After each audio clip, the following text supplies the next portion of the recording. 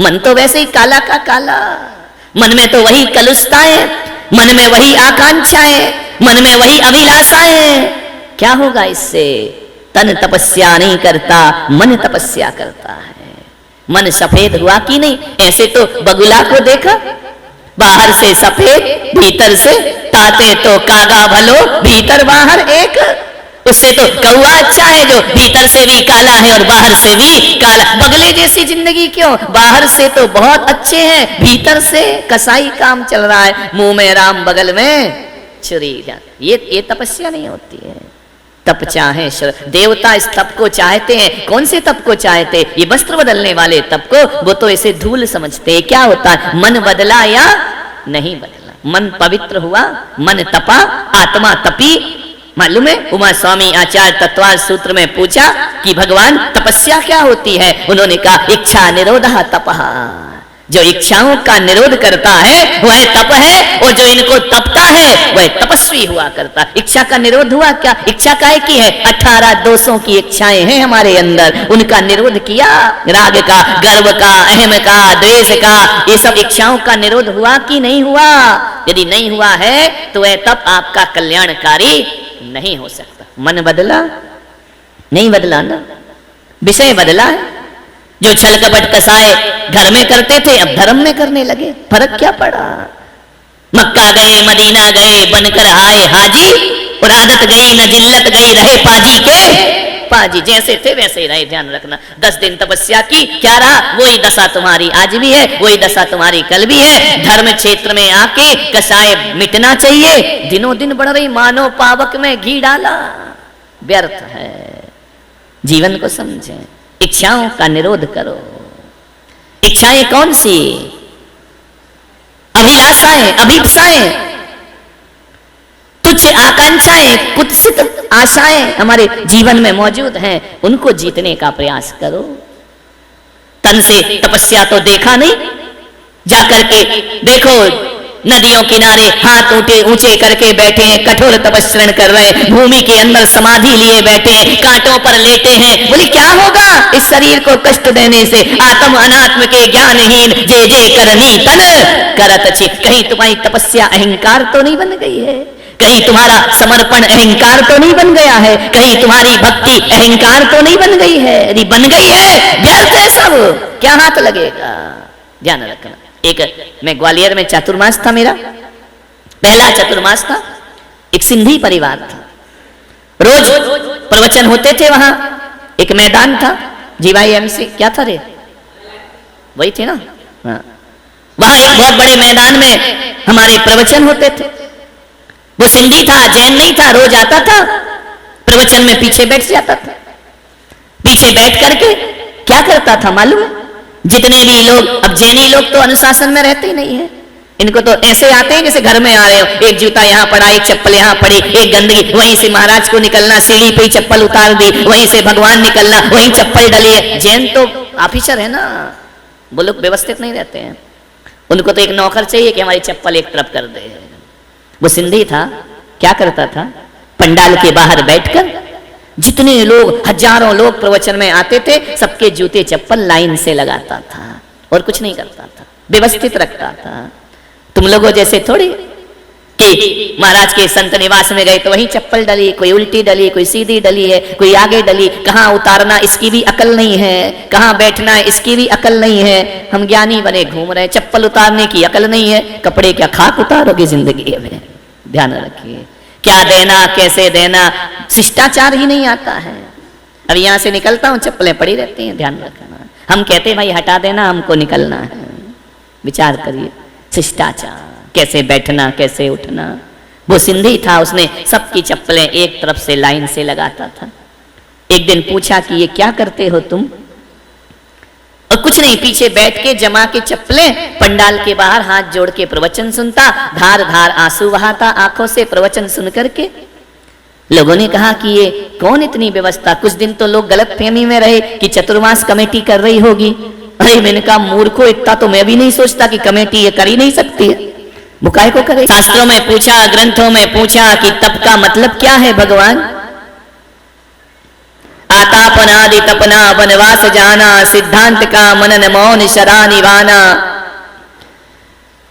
ये व्यर्थ है श्रवण के बिन साम्यवाना।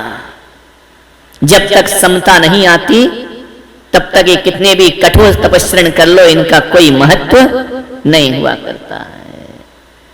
भीतर से तप रहे हो या नहीं, बाहर बाहर का तो नहीं है कि भोजन छोड़ दिया, भूख सहन कर ली, किसी की दो बात सहन नहीं होती है।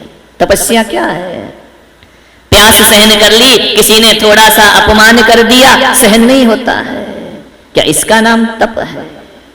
ध्यान रखिए, सहन करो, ये सहन शक्तियों का बल है। तपस्या का अर्थ है सहन करना। तो सहन शक्ति शरीर में नहीं होती, सहन शक्ति भीतर होती है, आत्म तत्व में होती है। बुराई सहन होती है? बोलो, बर्दाश्त नहीं होती, आग लग जाती है बदन में। किसी ने निंदा की, सहन होती है?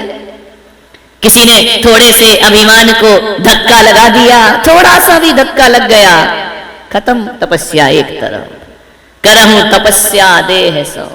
कैसी तपस्या करना है? मन की तपस्या करना है। किसी ने पूछा नहीं, बर्दाश्त से बाहर। किसी को ज्यादा पूछ लिया, बर्दाश्त से बाहर। ये तपस्या है, ये धर्म है। समता नहीं आई, समता बिन सब धूल। समता के बिना सब बेकार होता है। मन को कसौटी पे कसा है, मन को तपस्या में ढाला है। तन ढालना बहुत आसान है। लकीरों का खेल बड़ा अजीब खेल है। हथेली पर बन जाएं तो किस्मत बन जाती है,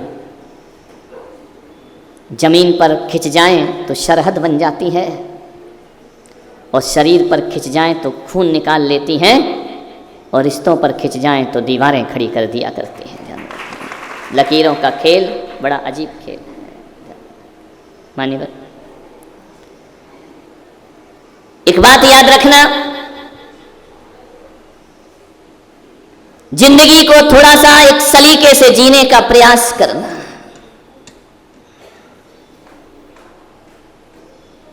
आज मकान बहुत बड़े बड़े हो रहे हैं, मन बहुत छोटे छोटे हो रहे हैं। पहले का जमाना वह था कि मकान छोटे लेकिन मन बड़ा होता था। मेरा विहार होता है गांव गांव, शहर शहर में, फर्क इतना ही महसूस करता हूं। एक पत्रकार ने पूछा कि गांव में और शहर में क्या अंतर है। मैंने इतना ही अंतर देखा है कि गांव में मकान तो दूर दूर होते हैं लेकिन मन पास पास होते हैं, और शहरों में मकान पास पास होते हैं लेकिन मन बहुत दूर दूर हुआ करते हैं। ये दोनों में अंतर होता है। दीवार से दीवार सटी है लेकिन पड़ोसी पड़ोसी को नहीं जानता है, वह उसके दर्द को नहीं समझता है, उसकी वेदना को नहीं समझता है। पहले लिखा रहता था कि अतिथि देवो भव, हमारे घर अतिथि आया है देवता के समान, सुस्वागतम लिखा रहता था। शहरों में लिखा रहता है सावधान कुत्तों से सावधान। ध्यान रखिए, पहले लिखा रहता था कि आपका स्वागत है, आज लिखा रहता है सावधान, यहाँ कुत्ते रहते हैं। ध्यान रखिए, विचार करिए, मामला बदल गया है। पहले के लोग वो थे जो कहते थे कोई आवे तो हम खावे। आज के लोग सोचते हैं ये जावे तो फिर हम खावे। ध्यान रखना, ये बदल गया है वातावरण। मानने वाले कितना सिमट गए हैं लोग अपने आप। एक बात याद रखो, घर परिवार ईंट पत्थरों की दीवार से नहीं बना करता है।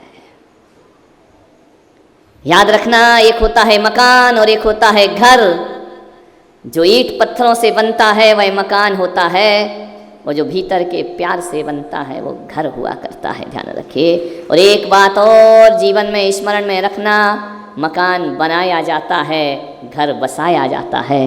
घर बनाना नहीं पड़ता, वो बसाना पड़ता है। मकान पैसों से बनता है, घर प्यार से बसा करता है। ध्यान रखिए, आपके घर टूट रहे हैं, घर में टूटन है, घर बिखर रहे हैं, एक भाई दूसरे भाई से बोलने को तैयार नहीं है। एक बात याद रखना, जानते हो घर किसे कहा करते हैं? जहाँ 10 लोग रहते हैं, भाई रहता है, बहन रहती है, चाचा रहते हैं, चाची रहती है, दादा रहते हैं, दादी रहती है, बच्चे होते हैं, बच्ची होती है, नाती पोते जहाँ एक साथ मिलकर रहते हैं उसे घर कहा जाता है, ध्यान रखना। और जहाँ कोई नहीं रहता है वो 4 दीवारों का एक मकान हुआ करता है। और जिस मकान में लोग रहना बंद कर देते हैं उस मकान को खंडर होने में फिर ज़्यादा देर नहीं लगा करती। घर बसाओ मेरे भाई, मकान बनाना सरल है, घर बसाना कठिन काम हुआ करता है।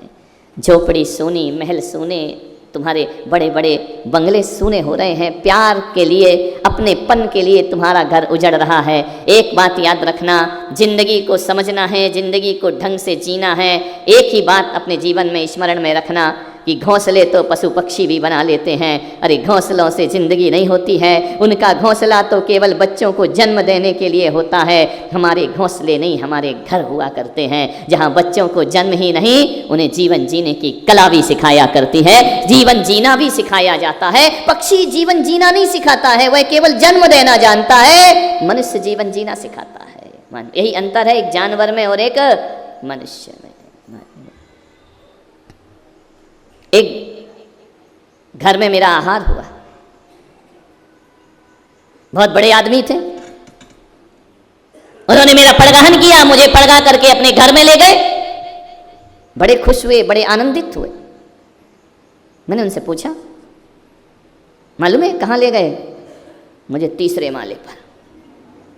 मैंने कहा कमाल कर दिया, हालांकि 2 माले खाली थे लेकिन वो 3रे पे ले गया। उसका बस चलता तो 4थे पे भी ले जाता है। मैंने कहा भाई तेरा घर इतना बड़ा है, तू मुझे इतने ऊपर आहार को क्यों लाया? बोले यही तो दिखाने लाया कि मेरा घर कितना बड़ा है। मैंने कहा कमाल कर दिया। बोले बहुत बड़ा मकान है महाराज, अभी बनाया है, करोड़ों रुपए मैंने खर्च किए हैं, आपके चरण पड़ गए। मैंने कहा चरण नहीं, चरण की बात मत कर, चरण तो नीचे भी पड़ सकते थे, तुझे चरण नहीं, तू तो मुझे ले जाके अपना आचरण दिखा रहा है कि मैंने इतना बड़ा मकान बना के रखा है। मैंने कहा कितने कमरे हैं? बोले 15 कमरे हैं। सोचिए 15 कमरों का मकान। मैंने पूछा कितने लोग रहते हैं इसमें? बोले 3, मैं, मेरी पत्नी और मेरा एक बच्चा।